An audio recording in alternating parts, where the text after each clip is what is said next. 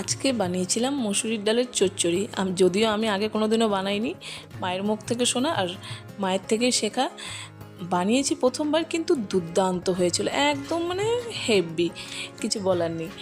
তো hello everyone, সবাই কেমন আছো? আশা করি সবাই ভালো আছো। আমিও খুব ভালো আছি, আমার বাড়ির লোকও খুব ভালো আছে। ভালো থাকতেই হবে। যে আমাদেরকে দেখে জ্বলে তাদেরকে আরও বেশি জ্বলাতে হবে। আমার লোককে জ্বলাতে, মানে লোক না, সবাইকে না, কিছু কিছু ব্যক্তিকে জ্বলাতে আমার খুব ভালো লাগে, যাদের মানে আমাদেরকে ভালো থাকা ওরা দেখতে পারে না, ওই মানুষগুলোকে জ্বলাতে আমার খুব ভালো লাগে।